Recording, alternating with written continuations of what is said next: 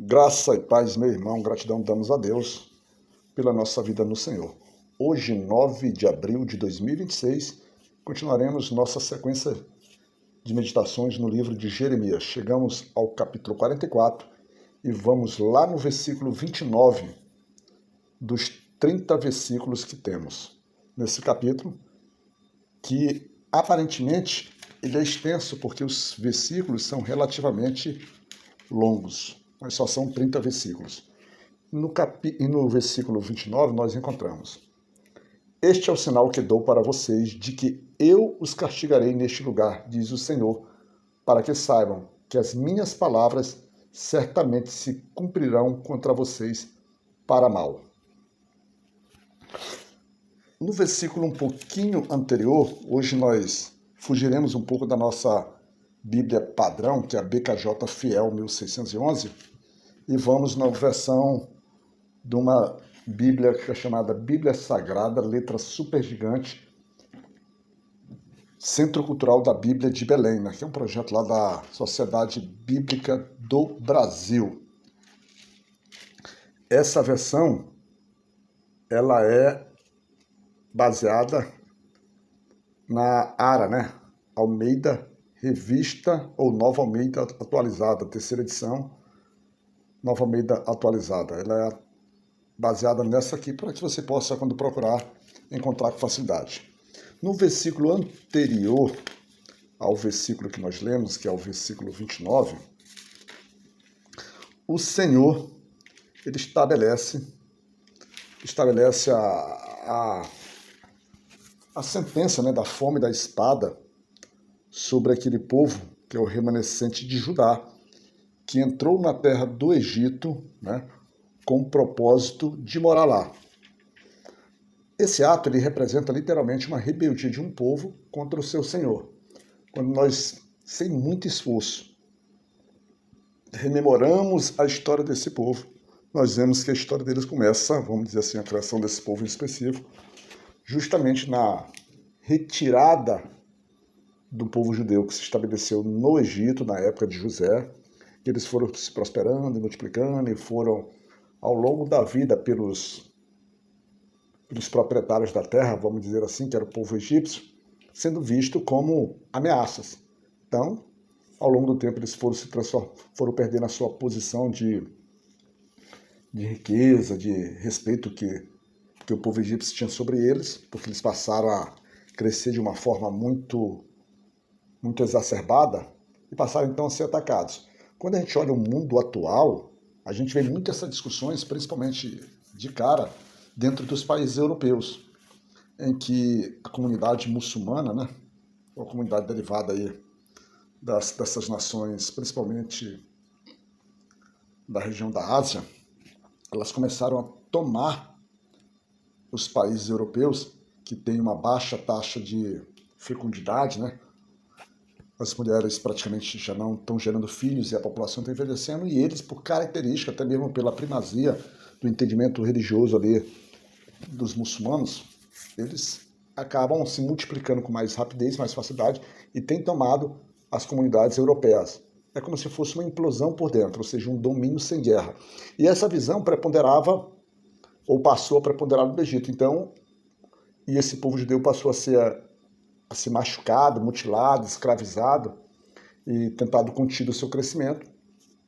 E é quando o Senhor, ao olhar o sofrimento desse povo, traz e faz toda uma caminhada, toda uma peregrinação pelo deserto, inclusive fazendo com que toda geração que deveria chegar à Terra Prometida não chega, e a geração vai se renovando até que entra a geração na Terra Prometida e começa a passar da Terra por meio de muitas guerras, por muitas batalhas e principalmente por meio de muitas disposições ou colocações entre as principais que o povo não devia se misturar com os povos de pagãos. A ocupação ela se dá por meio, é dada por Deus, mas por meio de muita luta, por muito sangue, né? E por meio, inclusive, das pessoas que olham para a Bíblia com ceticismo e que não entendem quando a Bíblia fala que Deus é bom no tempo todo o tempo que Deus é bom, elas não entendem porque elas deixam de considerar que o Senhor é Senhor sobre todas as nações e seu juízo. E a partir do momento que o ser humano vive distante do Senhor, como as demais nações se manifestavam, principalmente por meio da idolatria, então o Senhor começa a trabalhar com esse seu povo específico para ser uma nação de testemunho sobre todas as nações. É como se o povo de Israel tivesse a missão, hoje que a igreja tem, de anunciar o nome do Senhor para as nações. Aqui ele tinha apenas de anunciar por meio da sua vivência propriamente dita, por meio da sua separação, por meio de dizer, olha, vocês vivem dessa forma e essa forma não agrada a Deus, olhem para a gente que somos nações ricas e prósperas, nações cuidadas pelo Senhor, que aparentemente, por vezes, parecemos ser, ou somos até fisicamente menores do que vocês, mas as nossas vitórias, elas são incompreensíveis aos seus olhos, porque elas demandam de um poder que vocês não conhecem, de uma autoridade que vocês desprezam.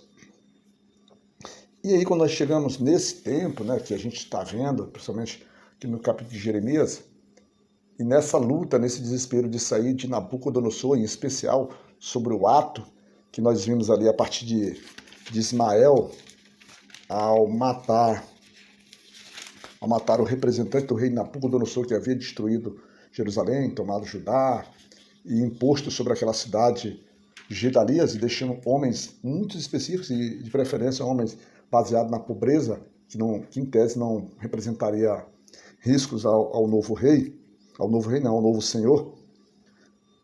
Então, esse ato de rebeldia de Ismael ao matar Gedalias, e não só Gedalias, quanto os demais judeus que estavam com ele, por consequência também os homens de Nabucodonosor, e depois esse povo se levado cativo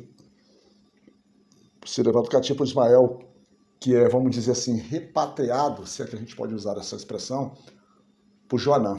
Mas Joanã, na sua visão limitada, ao temer o poder do homem, Nabucodonosor, que já era visível, porque em vez do povo estar enxergando que é a mão de Deus que está fazendo tudo aquilo, ele fica enxergando como se fosse a mão do homem.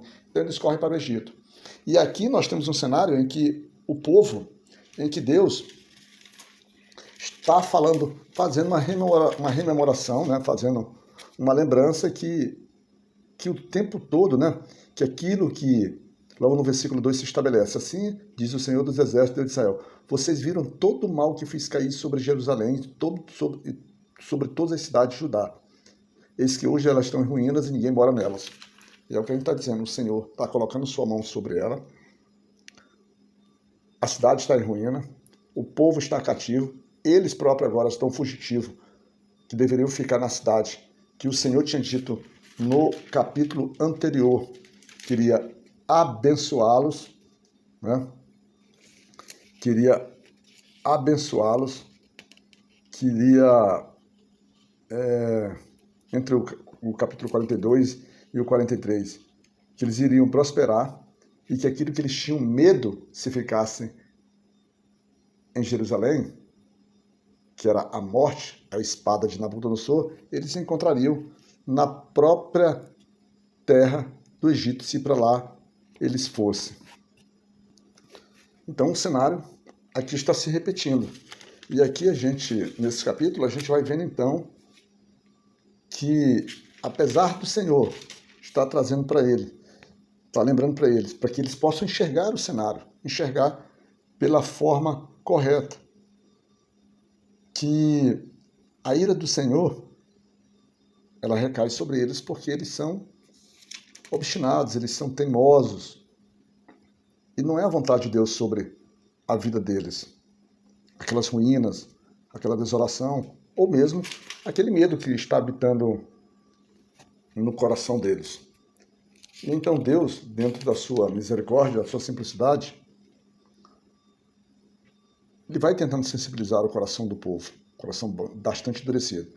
No versículo 7, ele diz, por meio da boca de Jeremias, e agora assim diz o Senhor, Deus dos Exércitos, o Deus de Israel, por que estão fazendo este mal tão grande contra vocês mesmos, eliminando do meio de Judá homens e mulheres, crianças e aqueles que ainda mamam, de modo que não fique nenhum remanescente?